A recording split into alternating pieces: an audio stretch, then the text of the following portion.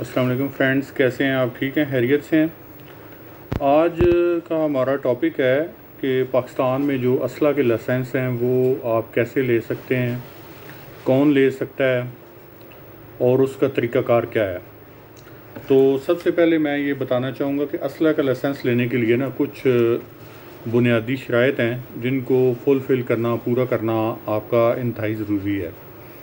سب سے پہلے آپ پاکستانی شہری ہوں، آپ کا CNIC بنا ہوا ہو، آپ کی ایج جو ہے وہ ابو 25 ایئر ہونی چاہیے۔ جیسے NIC کے لیے 18 ایئر ہے، بٹ یہ ہے کہ اسلحہ کے لیے ابو 25 ایئر ہونی چاہیے۔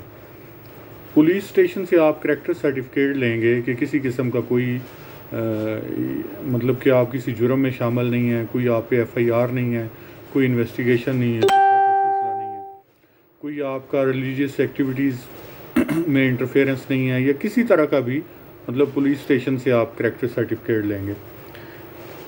اس کے علاوہ فزیکلی آپ کو مینٹلی ساؤنڈ ہونا چاہیے، ٹھیک ہے، اس کا بھی ایک سرٹیفکیٹ آپ ساتھ لگائیں گے، میڈیکل فٹنس کا۔ تو یہ چیزیں جب آپ پوری ہو جائیں گی تو پھر آپ جو ہے DC آفس، آپ اپلیکیشن لے کے DC آفس جائیں گے، ڈپٹی کمشنر آفس جو ضلع میں موجود ہوتے ہیں۔ ان کو جو رولز ڈیل کرتے ہیں وہ ہے پنجاب آرمز رولز 2017۔ اس کے علاوہ پاکستان آرمز آرڈیننس 1965۔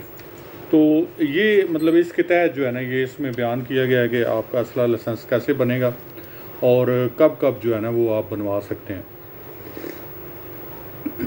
اس کے علاوہ جو نیکسٹ ڈیٹیل یہ ہے کہ DC آفس میں جب آپ چلے جائیں گے، ٹھیک ہے، تو وہاں پہ اراؤنڈ 2000 کی لائسنس فیس ہوگی، وہ آپ جمع کروائیں گے، اپلیکیشن فارم کے ساتھ جو ہے وہ اٹیچ کریں گے، اور پھر DC صاحب جو ہے وہ خود آپ کا انٹرویو کریں گے، کہ وہ ساری چیزیں ویریفائی کریں گے کہ بندہ مینٹلی ساؤنڈ ہے، مطلب لائسنس اسلحہ رکھنے کے قابل ہے، یہ ساری چیزیں۔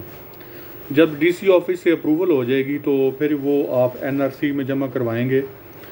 90 ڈیز کے اندر آپ نے کیا کرنا ہے کہ آپ نے جو اپروول ہوئی ہے لائسنس کے لیے، تو آپ نے کسی بھی اتھرائزڈ ڈیلر سے، یہ بات ذہن میں رکھیں کہ اسلحہ کا جو آرمز آپ نے خریدنا ہے وہ کسی بھی اتھرائزڈ ڈیلر سے آپ نے خریدنا ہے، اس کے علاوہ آپ نہیں لے سکتے، ٹھیک ہے جی۔ تو اس سلسلے میں یہ شورٹی آپ کر لیں کہ وہ اتھرائزڈ ڈیلر ہو۔ پھر اس کے بعد جب آپ آرمز لے لیتے ہیں، اس کے اوپر جو نمبر ہے وہ دوبارہ آپ جو ہے وہ NRC میں اس کا اندراج کروائیں گے۔ یہ تو سارا طریقہ کار ہے کہ آپ جو ہے اسلحہ کا لائسنس تھرو DC آفس کیسے لے سکتے ہیں۔ اب اس میں جو ہے اس میں آگے کچھ ضمنی کویسچنز آتے ہیں۔ یہ تو ون ٹائم آپ نے لے لیا، باقی یہ کہ 1 سال کے بعد اس کی رینیول ہوگی، اور 1 سال کی رینیول اگر ایکسپائر ہو جاتی ہے تو آپ کو 1 منتھ کا گریس پیریڈ دیا جائے گا، جس میں جا کے آپ نے اس کی دوبارہ سے رینیول کروا لینی ہے۔ ان کیس آپ لگاتار 4 منتھ تک نہیں جاتے تو پھر جو ہے وہ آپ یہ کہہ لیں کہ اراؤنڈ 6 منتھ، 4 سے 6 منتھ آپ نہیں جاتے 6 منتھ تک، تو آپ کو 4 گنا زیادہ اس کی پلینٹی جو ہے وہ پڑے گی۔ تو یہ چیزیں آپ ذہن میں رکھیں کہ آپ جو ہے وہ ان ٹائم جو گریس پیریڈ آپ کو ملا ہوا ہے تو اس میں آپ رینیول کروا لیں۔ اب مزید کچھ ایسی چیزیں آ جاتی ہیں کہ فرض کریں اسلحہ لائسنس جس کے نام پہ ایشو ہوا ہے تو اس کی ڈیتھ ہو جاتی ہے، ٹھیک ہے، تو اس صورت میں کیا کرنا ہوگا؟ اس صورت میں 2-3 آپشن ہیں جو مطلب کہ آپ اس میں اگر تو ان کے جو انہیرنٹس ہیں، مطلب ہے ان کے جو بیٹا ہے، بھائی ہے، وہ اپنے نام پہ ٹرانسفر کروانا چاہتے ہیں تو وہ ڈیتھ سرٹیفکیٹ، میڈیکل سرٹیفکیٹ لے کے اور بیان الفی 100 روپیز کا مطلب ہے کہ وہ اسٹام لگے گا، یہ لے کے تو آپ چلے جائیں گے دوبارہ DC آفس، تو وہ امین کہ آپ کے نام پہ سیم اسی طریقے سے باقی ڈاکومنٹ بھی ساتھ، جو DC آفس میں پرفارما پڑا ہوا ہے وہ بھی ساتھ لگے گا، تو وہ اس طرح آپ کے نام پہ ٹرانسفر ہو جائے گا۔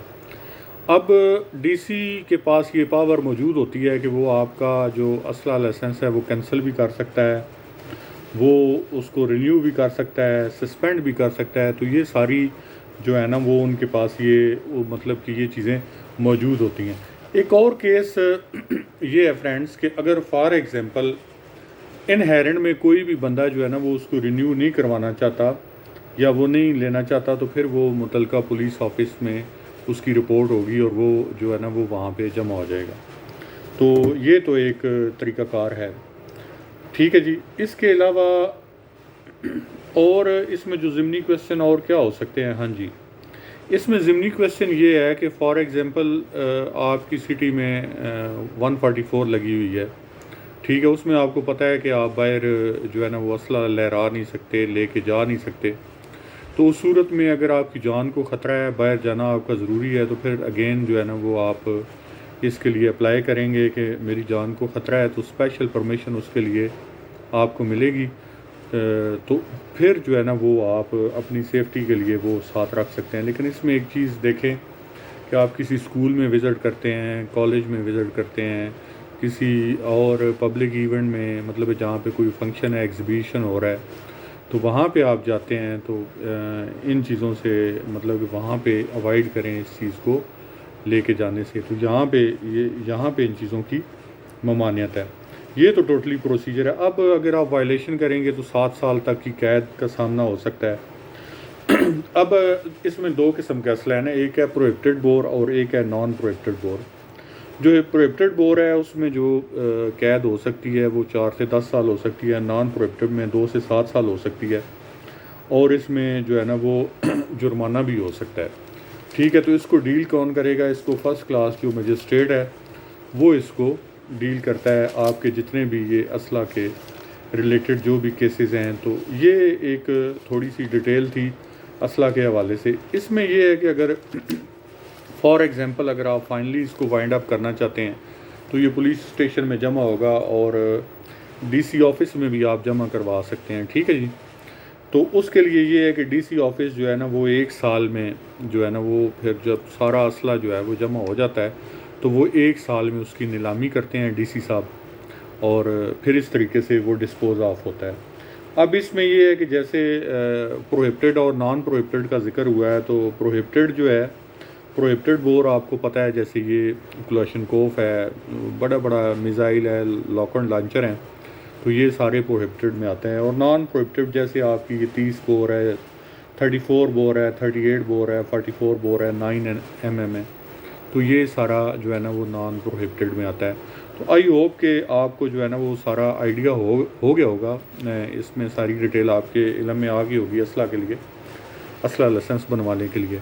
تو اگر پھر بھی آپ کو پارٹیکولرلی کوئی کویسچن پوچھنا ہو تو ڈسکرپشن میں میرا واٹس ایپ نمبر، میرا موبائل نمبر موجود ہے ڈسکرپشن میں. تو آپ اس پہ مجھے ڈائریکٹ کال کر سکتے ہیں، میسیج کر سکتے ہیں، وائس ٹیکسٹ چھوڑ سکتے ہیں. تو میں انشاءاللہ آپ کو مکمل گائیڈ کروں گا. لاسٹ میں جیسے مطلب ایک ریکویسٹ کی جاتی ہے، اس ریکویسٹ کا مین مقصد تو یہی ہوتا ہے کہ آپ تو ویڈیو دیکھ رہے ہیں، آپ کے پاس یہ انفارمیشن آ گئی ہے، تو میری یہ گزارش ہے کہ چینل کو سبسکرائب کر دیا کریں، بیل کا نوٹیفیکیشن آن کر دیا کریں، اور ویڈیو کو آگے شیئر کر دیا کریں. کیونکہ میں یہ جو ویڈیو ہے نا یہ ٹوٹل بڑا ٹائم نکال کے اپنا ٹائم مینیج کر کے بناتا ہوں صرف پبلک اویئرنیس کے لیے. اس کے علاوہ اس کا اور کوئی پرپز نہیں ہے. تو ٹھیک ہے جی فرینڈز، اپنا خیال رکھیں. انشاءاللہ پھر کوئی نیا ٹاپک لے کے حاضر ہوں گا نیکسٹ ٹائم. اپنا خیال رکھیں. God bless you all. Thank you. اللہ حافظ. Take care.